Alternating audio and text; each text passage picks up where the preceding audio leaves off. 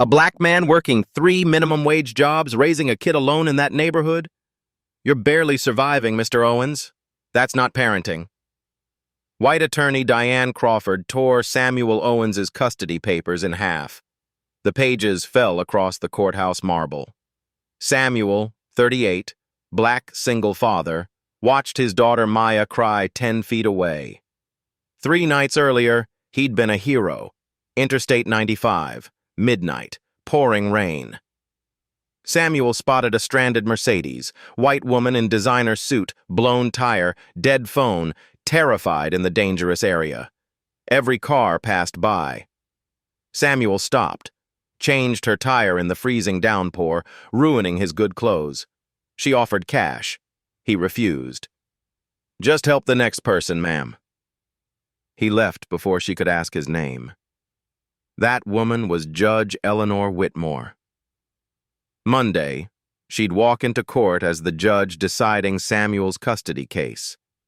He'd saved her life on a rainy night. She'd decide his future. Neither knew they'd already met. Saturday morning, 6:15 a.m. Samuel's alarm screamed. He slapped it silent, staring at the water-stained ceiling of his 1-bedroom apartment. 2 hours of sleep. His body ached from the warehouse shift, the delivery route, the custodian work. 3 jobs. 85 hours this week. All for Maya. He pulled himself up, walked to the corner where Maya's room waited. Perfectly made bed, stuffed animals arranged by size, a small desk with crayons organized by color. Everything ready for the daughter who hadn't slept here in 6 months. Photos covered the walls. Maya as a baby. Maya's first birthday. Maya and her mother, Sarah, at the beach 3 years ago, back when life made sense. Sarah. Gone 18 months now. Car accident on a Tuesday. Samuel still couldn't drive past that intersection. After the funeral, he'd fallen apart. Missed work.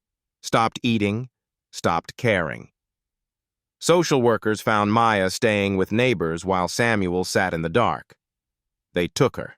"Unstable home environment," the report said. They weren't wrong. Not then. But that was 6 months ago. Samuel showered in the cramped bathroom, scrubbing warehouse dust from under his fingernails. He dressed carefully. His only decent shirt pressed last night at the laundromat. Today was visitation day.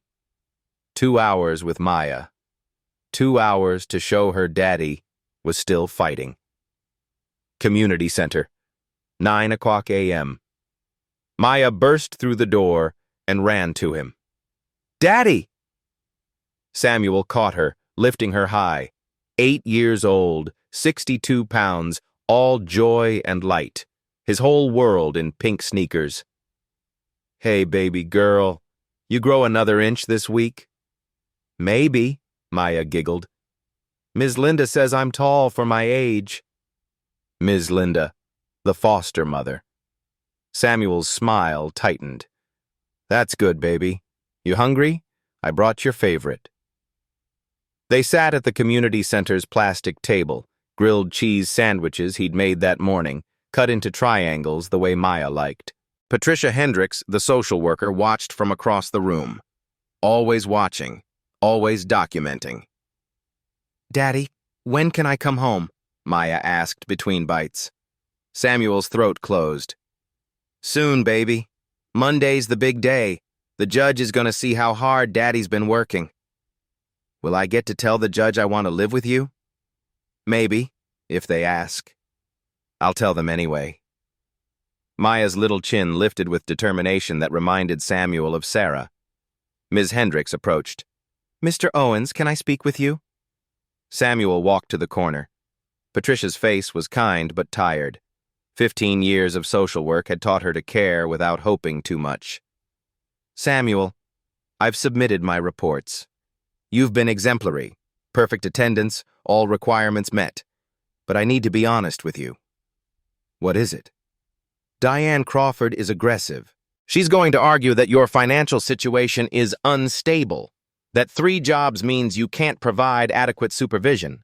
That Maya deserves a 2-parent home with savings and security. I've done everything they asked. I know. And I've documented it. But Judge Whitmore... Patricia hesitated.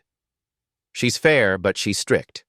She prioritizes stability over sentiment. You need to be prepared for tough questions. Samuel looked back at Maya, coloring at the table, humming to herself. I can't lose her, Ms. Hendricks. Then Monday, you show that judge exactly who you are, not who you were 18 months ago, who you are now. Saturday night, 11:45 p.m. Samuel sat at his kitchen table, surrounded by papers. Pay stubs from all 3 jobs, rental agreement showing 6 months of on-time payments, certificates from parenting classes, anger management, child development, grief counseling, report cards from Maya's visits. Everyone marked excellent interaction between father and child. His public defender, Gregory Taylor, had called that afternoon. Bring everything Monday. We're building a case that you've rebuilt your life. Diane will attack your finances, your past, your living situation. We need to show transformation. Samuel stared at Maya's drawing on his refrigerator, stick figures holding hands. Me and Daddy, written in careful letters. He'd been broken. Depression had swallowed him whole after Sarah died. But Maya's face, watching them take her away, had jolted something awake. If he gave up, she'd grow up thinking her father didn't fight for her, thinking she wasn't worth fighting for.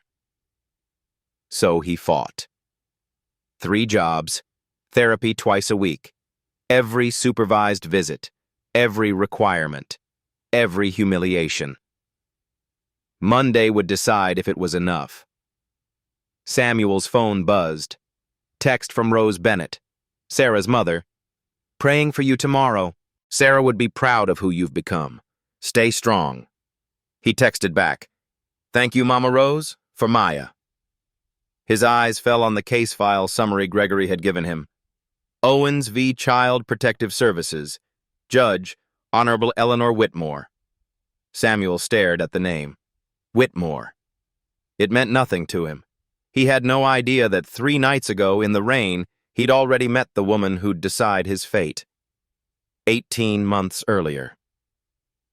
The memory hit Samuel like a fist every time. Sarah's funeral. Gray October sky. Maya in a black dress too big for her, holding Samuel's hand so tight her little fingers went white. The casket, cherry wood, brass handles, final payment plan Samuel couldn't afford, being lowered into frozen ground. Where's Mommy going, Daddy? Samuel couldn't answer, couldn't speak, couldn't breathe. After they buried her, the world became fog. Samuel went through motions without seeing, spoke without hearing. Maya stayed with neighbors, Mrs.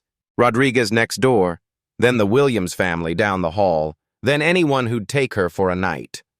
Samuel missed 3 days of work, then 5, then a week. His supervisor called.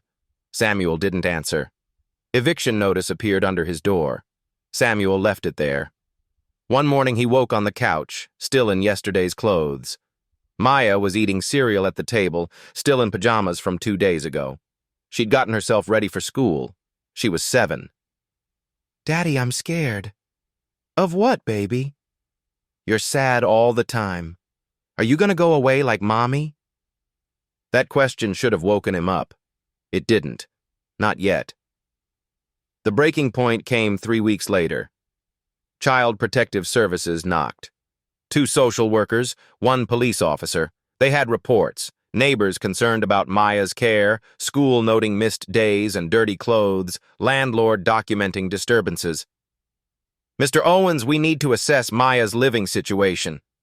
They walked through the apartment. Dishes piled in the sink. Laundry everywhere. Maya's homework undone on the table. Sarah's belongings untouched, like a shrine. Daddy, what's happening? Mr. Owens, we're placing Maya in temporary foster care while you address these concerns. No, you can't. Sir, please step back. Maya screamed, reached for Samuel. A social worker carried her out while she cried, "Daddy! Daddy!" over and over. The door closed. Samuel stood in the empty apartment, drowning. 6 months ago. Rose Bennett, Sarah's mother, Maya's grandmother, found Samuel on the couch at 2 p.m. on a Tuesday. Unshowered, unemployed, eviction final. She didn't yell. She sat down, looked him in the eye, and spoke with the voice that had raised Sarah. "My daughter didn't raise a quitter." "Mama Rose, I can't. You think Sarah would want Maya growing up thinking her daddy didn't fight for her? You think that baby should believe she wasn't worth fighting for?" Samuel broke. Really broke. Cried like he hadn't since the funeral. Rose held him. "You get one more day to grieve like this. Tomorrow you fight, you hear me? Tomorrow you become the father Sarah knew you could be." Something shifted. The next morning, Samuel woke up at 5 a.m., showered, shaved, made calls. He found a warehouse job starting Monday, found a studio apartment he could barely afford, called CPS and asked what he needed to do to get Maya back. The list was long: stable housing, steady employment, parenting classes, therapy, supervised visitations, psychological evaluation, home inspections, 6 months of compliance. "And then?" Samuel asked. "Then a judge decides if you've done enough." Samuel started climbing. Present day, Saturday afternoon. Samuel stood outside the warehouse where he'd worked for 5 months. His supervisor, Mrs. Sullivan, had written one of his character references. He remembered his first day, how his hands bled from the box cutters, how his back screamed from lifting, how he nearly quit after hour 6 of an 8-hour shift. But he'd thought of Maya, pushed through. Now he worked 6 a.m. to 2 p.m. here. Then delivery driving 3 to 8. Custodian work 9 p.m. to 1 a.m. on weekends. Sleep when he could. Repeat. People called it dedication. Samuel called it survival. State Attorney's Office. Same afternoon. Diane Crawford reviewed the Owens file with her assistant, a young lawyer named Preston. Single black father, 3 low-wage jobs, 1 bedroom in a rough neighborhood, history of depression and job loss, substance use incident 18 months ago. Diane tapped the psychiatrist's report. "This is textbook high risk." "He's met every requirement for 6 months, Preston noted. 6 months versus a stable 2-parent foster home with a teacher and an accountant, savings account, 4-bedroom house in the suburbs. No psychiatric history. Diane closed the file. "The law is clear. Best interest of the child." "Maya Henderson Owens," Preston corrected.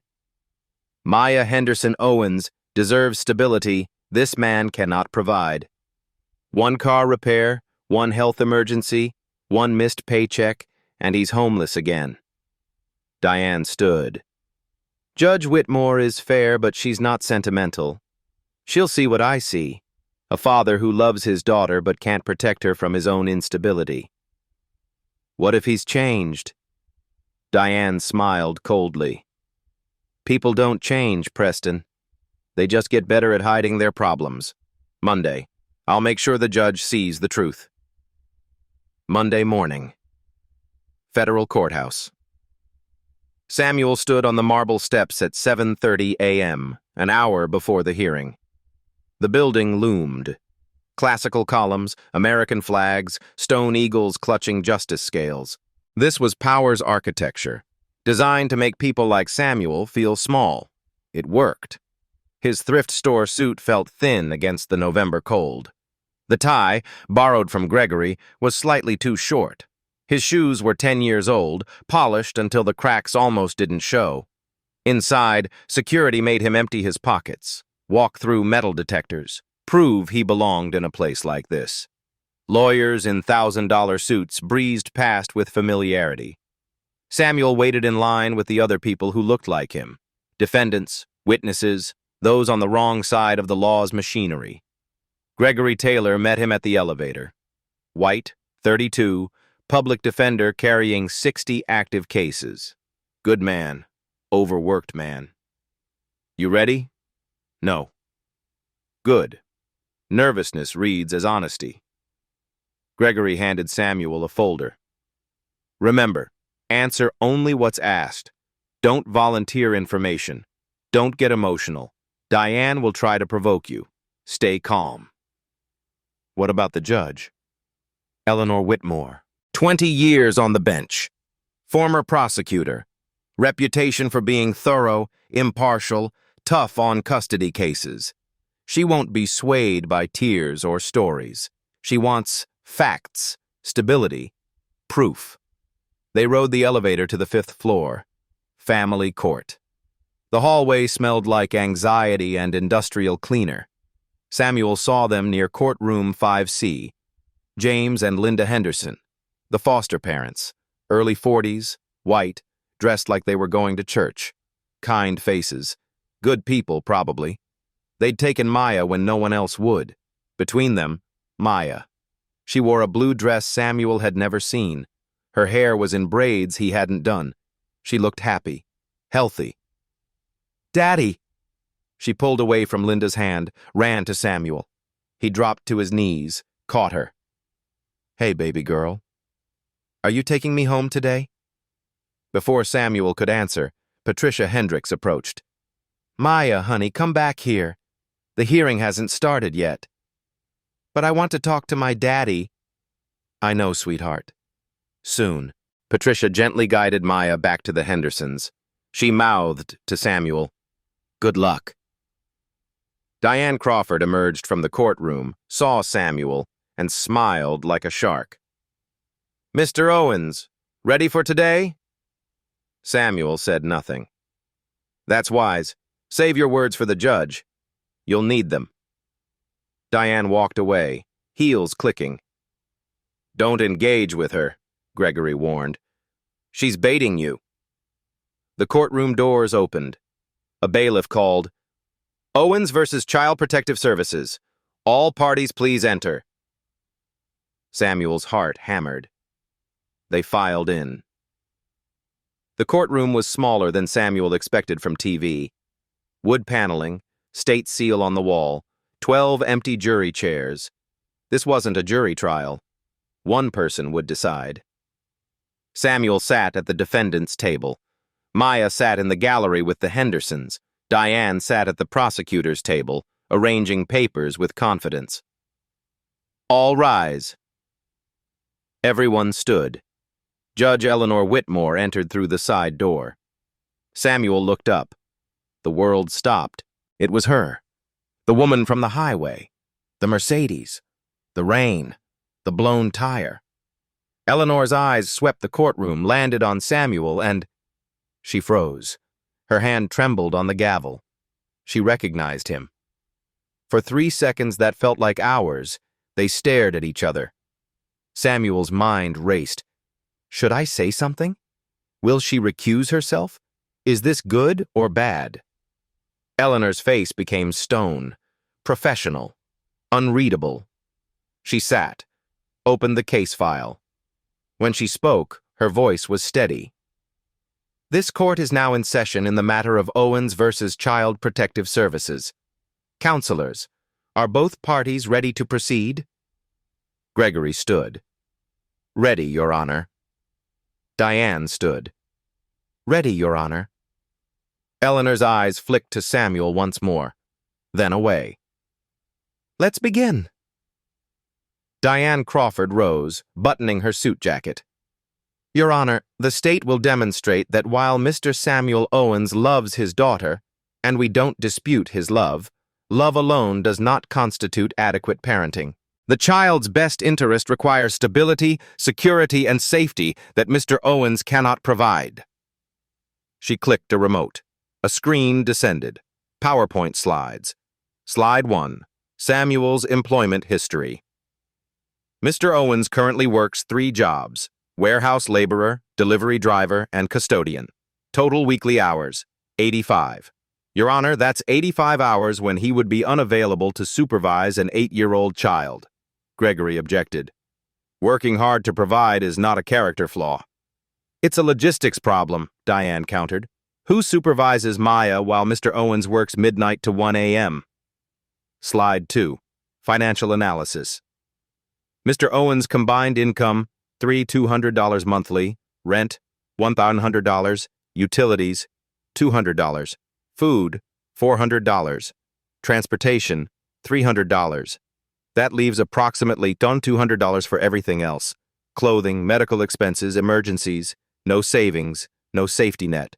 One car repair or medical bill, and he can't pay rent. She let that sink in. Slide 3. Housing conditions. Photos of Samuel's apartment building appeared. Graffiti on the outer walls, broken security door, dimly lit hallways. This is where Mr. Owens proposes to raise a child. The building has documented incidents of break-ins and drug activity in adjacent units. Objection, Gregory said. Mr. Owens's apartment interior is clean and safe. The exterior is the environment a child walks through every day, Diane finished. Compare that to the Henderson home. New slide, 4-bedroom house, green lawn, swing set. Stable, safe, secure. Slide 4. Psychiatric history. Samuel's stomach dropped. 16 months ago, Mr. Owens was diagnosed with major depressive disorder. His psychiatrist noted feelings of hopelessness and questioned ability to continue. That's in his medical record. During acute grief after his wife's death, Gregory objected. He's completed therapy. Therapy doesn't erase risk factors, Diane said. The state's concern is simple. What happens during the next crisis? Because there will be another crisis. Life guarantees that. And when it comes, will Maya pay the price for her father's instability? She sat down.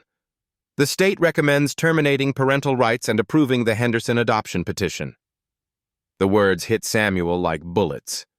Terminating parental rights. Forever. Eleanor's face remained neutral. Mr. Taylor, your opening? Gregory stood. Your Honor, the state has presented a narrative of risk based on worst-case scenarios, but here are the facts. Mr. Samuel Owens has met every single requirement imposed by this court. 6 months of perfect attendance at supervised visitations, completed parenting classes with commendation, completed grief counseling, maintains stable housing with 6 months of on-time rent payments, has 3 sources of income, not 0. He placed documents on the clerk's table. Mr. Owens is not asking this court to overlook his past. He's asking this court to recognize his transformation. He's asking for the opportunity to be the father he's proven he can be. Eleanor reviewed the documents. Mr. Taylor, I'll hear testimony. Call your first witness. The defense calls Samuel Owens. Samuel's legs felt weak as he approached the witness stand. The bailiff swore him in. His hand shook on the Bible. Eleanor watched him with unreadable eyes. Did she remember? Did it matter? Gregory began gently. Mr. Owens, tell the court about your current employment. Samuel's voice came out rough. I work 3 jobs. Warehouse, 6 a.m. to 2 p.m. Delivery driving 3 to 8. Custodian on weekends. Why 3 jobs? To provide for Maya. To show I can support her. If you regain custody, how would you manage childcare during work hours? I've already arranged it. Grandma Rose, my late wife's mother, has agreed to watch Maya after school until I'm home. I'd adjust to 2 jobs, keep the warehouse, and switch delivery to weekends when Maya's with her grandmother. Diane stood. Objection. This is speculation. He hasn't actually done this. Because he hasn't had custody to do it, Gregory responded. Eleanor intervened. I'll allow the testimony. Continue, Mr. Owens. Your Honor, I know my past. I know I fell apart after Sarah died, that's the truth. But I've spent 6 months rebuilding, not just for this hearing, for Maya, because she deserves a father who fights for her. Gregory nodded. Have you missed any visitations in the past 6 months? No, sir. Any parenting class sessions? No, sir. Any therapy appointments? No, sir. Why not? Samuel looked directly at Eleanor. Because Maya is my reason for breathing. I won't fail her again. Cross-examination. Diane approached like a predator. Mr. Owens, you said you won't fail her again. But you already did fail her, didn't you? Yes. You failed her so badly that Child Protective Services had to remove her from your care. Yes. And you showed up to work intoxicated during that time, correct? Samuel's jaw clenched. Once, during my grief, I made a terrible mistake. A mistake that got you fired. Yes. Mr. Owens, you work 85 hours a week. When do you sleep? I manage. How many hours per night? 4, maybe 5. And you think that's sustainable? How long before exhaustion leads to another terrible mistake? Gregory objected. Speculation. I'll rephrase, Diane said. Mr. Owens, what happens if you lose one of these jobs? I'll find another. What if you get sick and can't work? I haven't been sick. What if Maya gets sick and needs full-time care? Grandma Rose, who is 65 years old with arthritis, Diane cut in. Your backup plan is an elderly woman with limited mobility. That's your child care solution?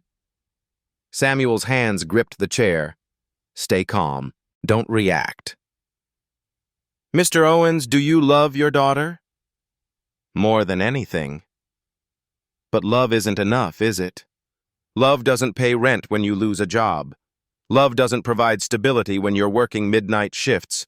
Love doesn't erase the fact that you already proved once that you can't handle crisis. Objection! Gregory was on his feet. Counsel is testifying, not questioning. Sustained, Eleanor said. Ms. Crawford, ask questions. Diane smiled. No further questions, Your Honor. Samuel returned to his seat, shaking. Eleanor spoke. Mr. Owens, I have a question. Samuel looked up. Tell me about a time recently when you demonstrated good judgment under pressure. Not a prepared answer. A real moment. Samuel thought. He could mention the highway, helping her. But that felt like manipulation. Instead, last month Maya got sick during a visit. Fever of 103. The social worker was running late. I could have panicked, but I stayed calm, got her to urgent care. Urgent. Followed every protocol. Contacted CPS immediately. Documented everything. Maya was fine. But in that moment, I wasn't thinking about this case. I was just being her father. Eleanor made a note. Thank you, Mr. Owens. Did her expression soften? Samuel couldn't tell. Diane objected. Irrelevant, Your Honor. Eleanor's voice was firm. Overruled. Character is always relevant in family court. For the first time, Samuel felt a flicker of hope. Day 2. Character witnesses. Gregory called Rose Bennett first. Sarah's mother walked to the stand with the dignity of a woman who'd buried her daughter but refused to break. 70 years old, Sunday church hat, hands folded. Mrs. Bennett, how would you describe Samuel's transformation over the past 6 months? Rose looked directly at Eleanor. Judge, I watched that boy fall into darkness after we lost Sarah. I don't blame him. My daughter was his whole world. But 6 months ago, I told him Sarah didn't raise a quitter. He's a fiend. And something woke up in him. He became the man my daughter always knew he could be. Would you trust him with Maya's care? I already do. Every supervised visit, I see the father he is. Patient, loving, present. That's my grandbaby's daddy. Patricia Hendricks testified next. In 15 years as a social worker, I have never seen a parent work harder to meet requirements.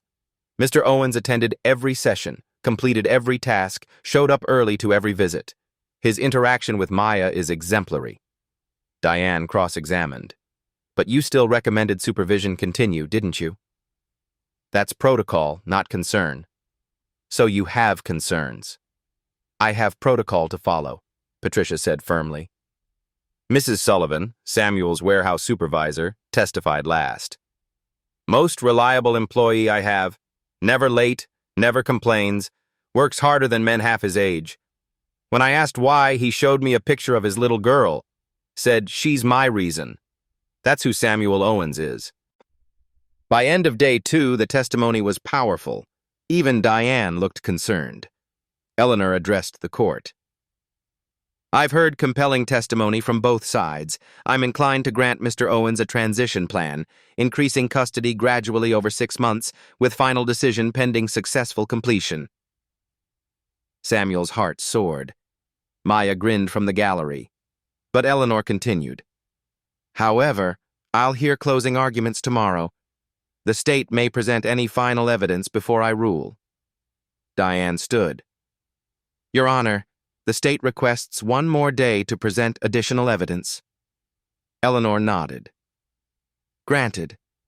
We reconvene tomorrow at 9 a.m. As the courtroom cleared, Samuel felt hope mixing with dread. What evidence could Diane possibly have left? Day 3. The ambush. Diane Crawford entered the courtroom carrying a new folder. Her smile was predatory. Your Honor, the state presents additional evidence that directly impacts this court's assessment of Mr. Owens's fitness as a parent. She clicked the remote. New slides appeared. Exhibit A, Neighborhood Crime Statistics. Mr. Owens' apartment is located in a census tract with crime rates 43% above the city average. In the past year alone, 12 assaults, 6 break-ins, 3 drug arrests, all within a 2-block radius of where he proposes to raise Maya. Samuel's lawyer objected. Your Honor, Mr. Owens doesn't control neighborhood crime rates. But he controls where he chooses to live, Diane interrupted. He had 6 months to find safer housing. He chose not to. Because safer neighborhoods cost more rent, Gregory countered. Exactly, Diane said. Which brings us to Exhibit B. Exhibit B, Financial Forensics. A spreadsheet appeared. Every dollar Samuel earned and spent for 6 months. Mr. Owens's income covers basic expenses with an average monthly surplus of $187. Not $200 as the defense claimed. $187 after we account for actual spending patterns. 1 car repair last month cost $340. He had to borrow from his mother-in-law to cover the deficit. Rose Bennett's face tightened in the gallery. That loan had been private. Your Honor, this proves exactly what the state has argued. Mr. Owens is 1 crisis away from financial collapse. And when that collapse comes, who suffers? Maya. Gregory stood. My client works 85 hours a week to provide, which brings us to Exhibit C. Exhibit C. Medical records. Samuel's blood went cold. Mr. Owens's medical records from 16 months ago show not just depression, but a psychiatric evaluation noting passive suicidal ideation, feelings of worthlessness, and... Diane paused for effect. Substance use as coping mechanism. The courtroom went silent. Mr. Owens, you told this court you showed up to work intoxicated once. But according to your former employer's termination report, you were warned twice before being fired. That's not one mistake. That's a pattern. Samuel gripped the table, his vision tunneled. Gregory objected loudly. This was during acute grief 18 months ago, after the traumatic loss of... Grief doesn't excuse endangering a child, Diane snapped. And it doesn't erase the fact that Mr. Owens has demonstrated under pressure a tendency towards substance abuse and poor judgment. What happens the next time he's under pressure? Because parenting an 8-year-old is constant pressure. Eleanor's expression was unreadable. Ms. Crawford, do you have additional witnesses? Yes, Your Honor. The state calls Thomas Reed. A man in his 50s entered, balding, uncomfortable in his suit. Samuel recognized him immediately. his former supervisor, the man who'd fired him. Diane wasted no time. Mr. Reed, you were Samuel Owens' supervisor 18 months ago, correct? Yes. And you terminated his employment? Yes. Why? Reed shifted.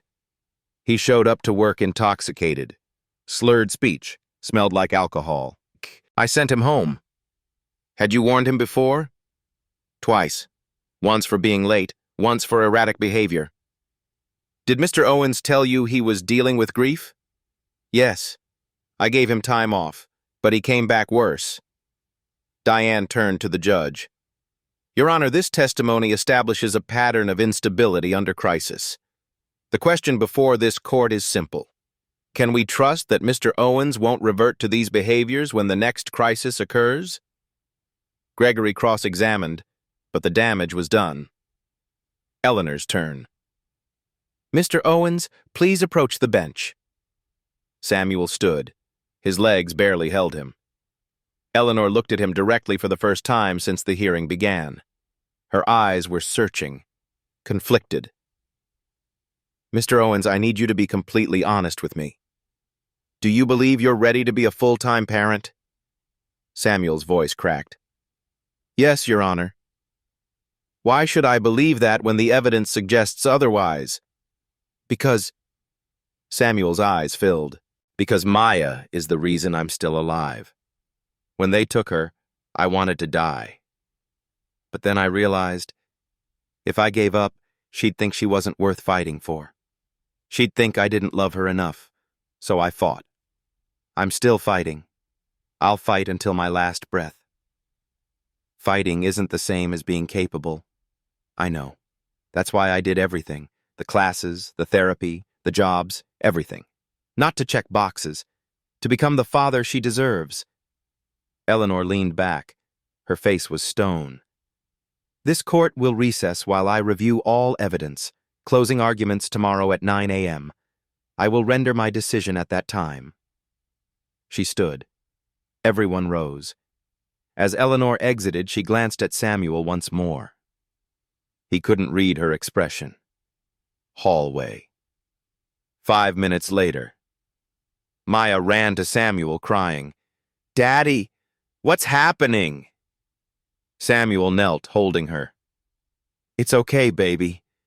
They're saying you can't take care of me. That's not true. You're the best daddy. Linda Henderson gently pulled Maya back. Sweetie, let's give your dad some space. No, I want my daddy. Samuel's heart shattered. Maya, baby, listen to me. No matter what happens, I love you. You hear me? This is not about you. You are perfect. You are loved. Okay? Maya sobbed into his shoulder.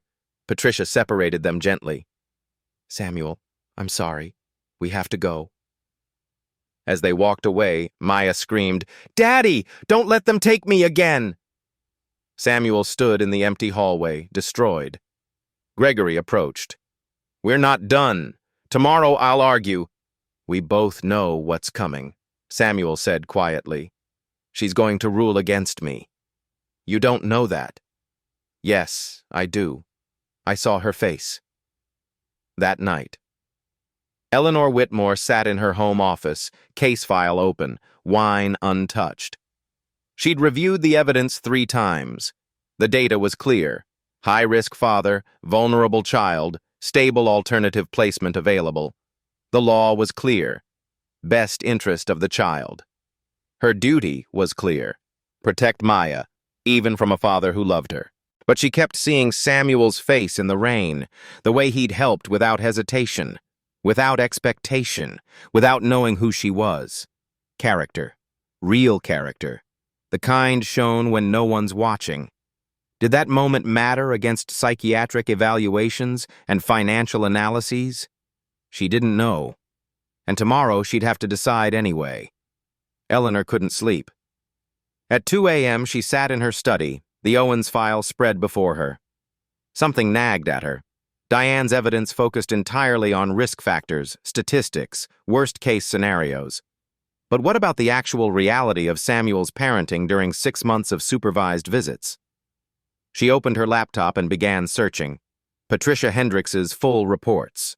Eleanor requested them from the court database. Not just the summaries Diane had presented, but every detailed observation. Visit number 1.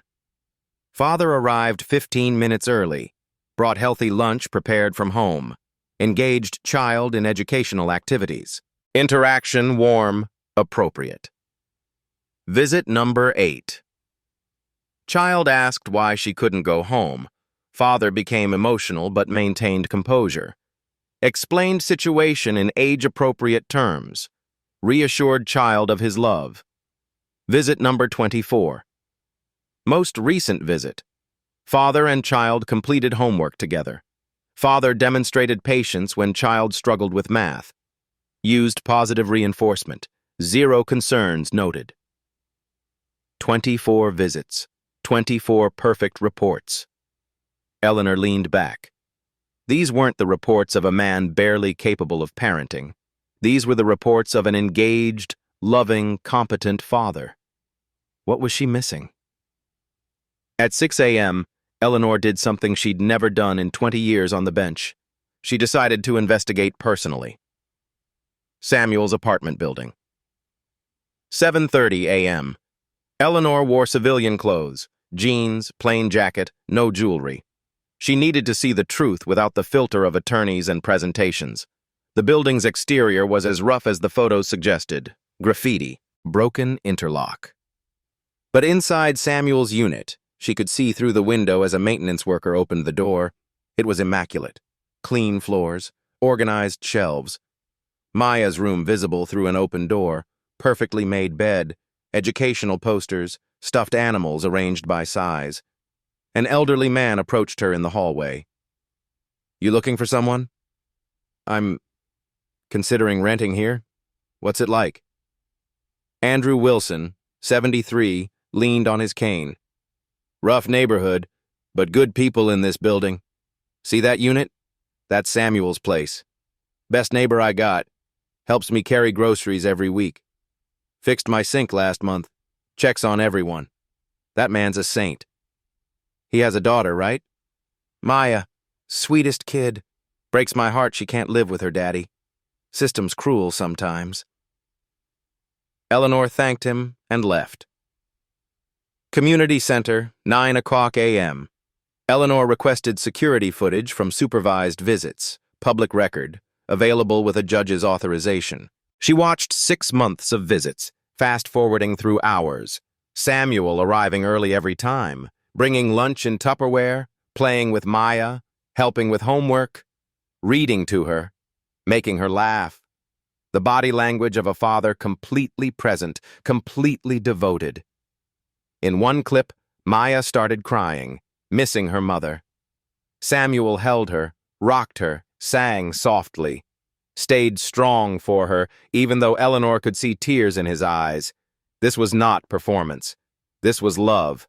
Samuel's workplaces.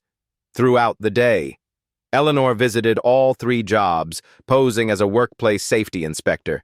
At the warehouse, co-workers spoke highly of Samuel.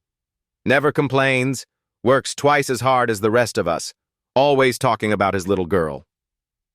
At the delivery company, the dispatcher said, "Most reliable driver we have, takes the worst routes because they pay more. Saving for his daughter's college fund, he says." At the custodian job, the building manager showed Eleanor Samuel's work area. Cleanest floors in the city. Pride in his work. That's rare. Coffee shop, 2 o'clock p.m. Eleanor found Patricia Hendricks off duty. "Ms. Hendricks, I need the truth. Off the record, is Maya safe with her father?"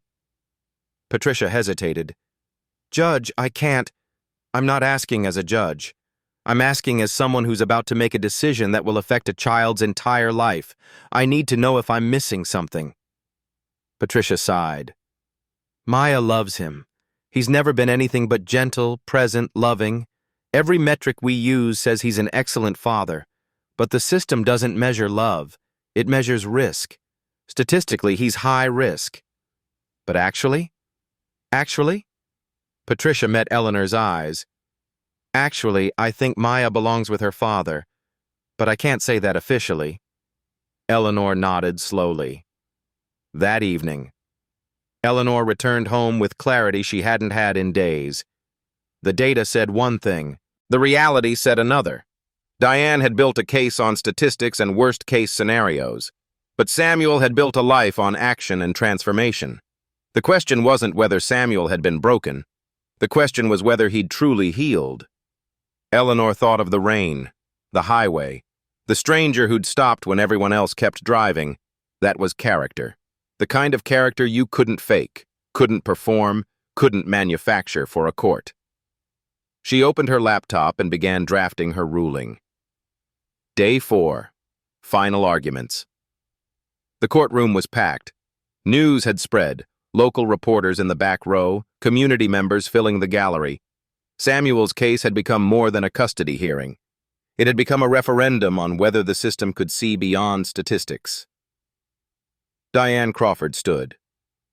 Your Honor, the state's position is unchanged. Mr. Owens is a sympathetic figure, but sympathy doesn't protect children. The evidence shows financial instability, environmental risk factors, and a documented history of crisis mismanagement. The child's best interest requires a stable two-parent home that the Hendersons can provide. She sat down, confident. Gregory Taylor rose. Your Honor, this case asks a fundamental question. Does the law allow for redemption? Mr. Owens fell. He's not denying that, but he got back up. He transformed himself.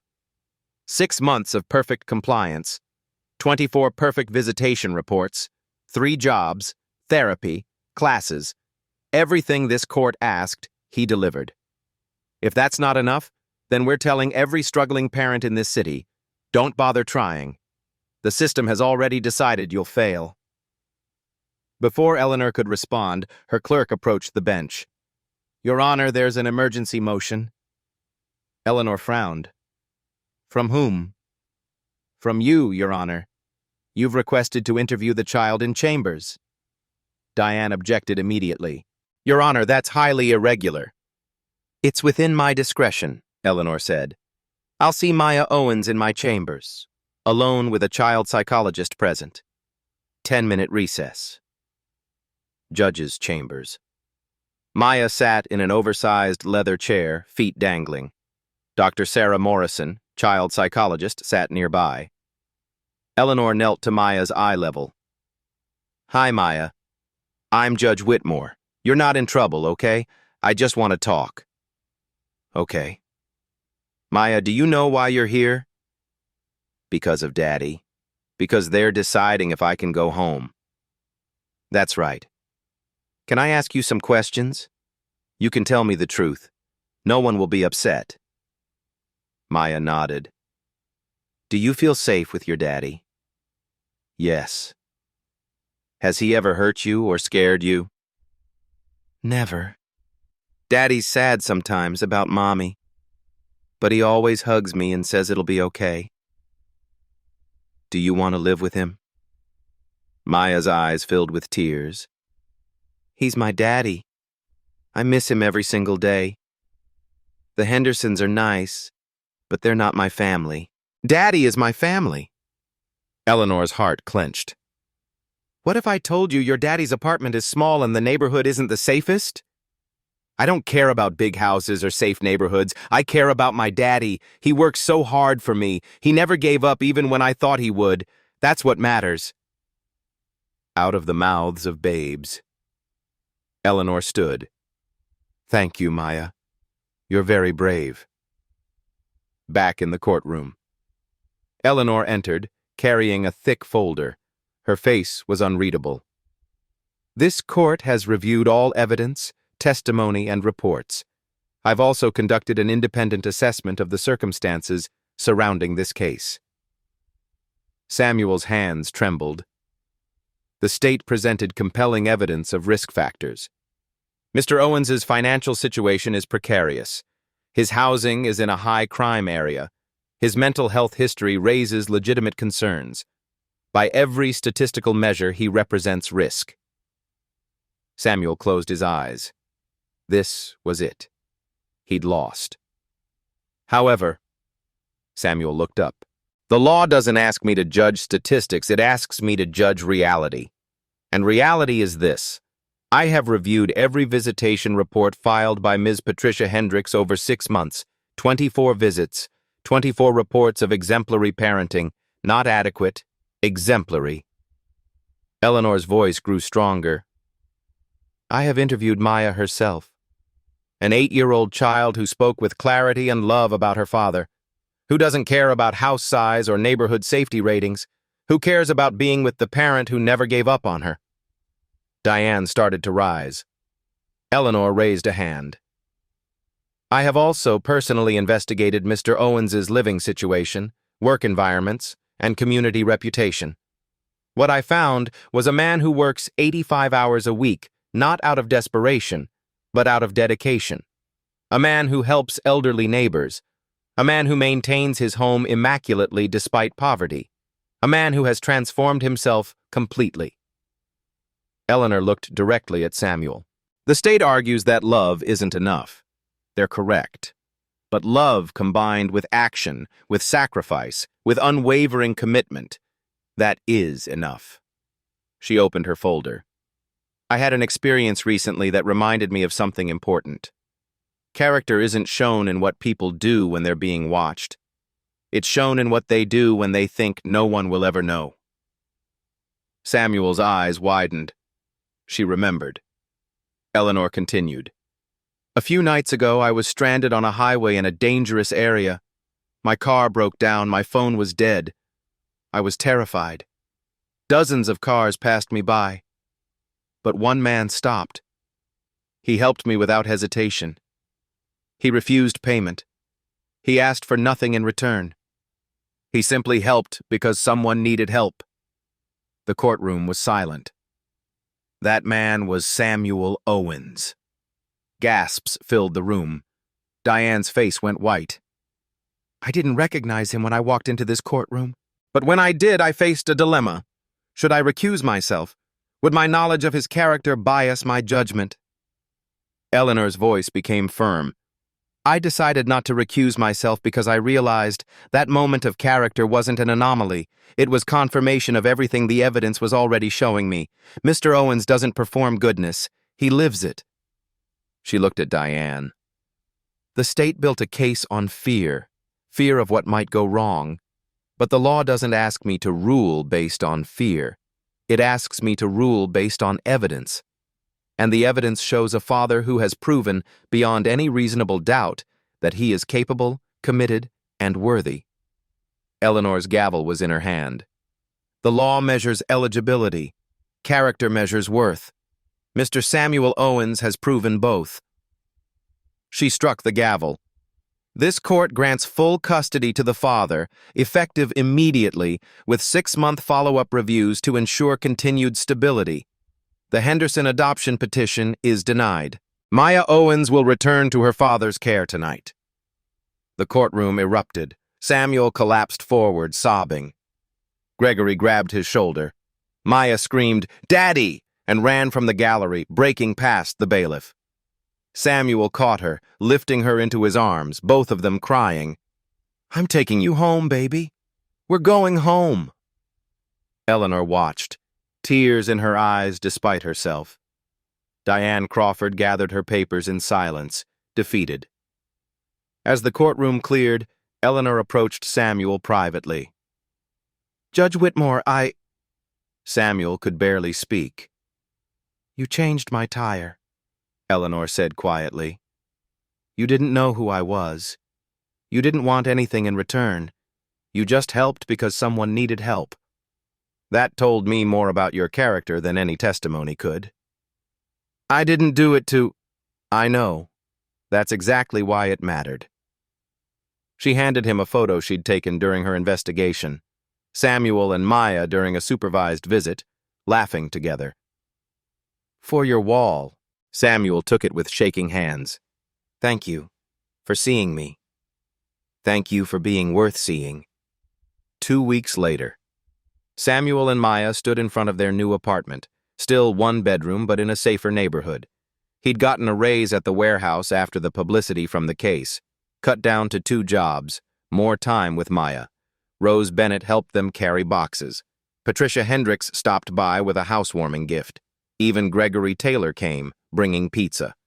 Maya ran through the apartment, claiming her space. "Daddy, can I paint my room purple?" "Whatever color you want, baby." That night, after everyone left, Samuel tucked Maya into bed in her new room. Purple paint samples were taped to the wall. Stuffed animals lined the shelves. Her drawings covered every surface. "Daddy?" "Yeah, baby?" "Are you happy?" Samuel's throat tightened. "I'm the happiest man alive." "Me too." Maya hugged her stuffed bear. "I knew you'd never give up." "Never, baby girl. Never." He kissed her forehead and turned off the light. 6 months later, courthouse. Samuel returned for the mandatory 6-month review. Eleanor presiding. Patricia's report was glowing. Maya is thriving. Home environment is stable.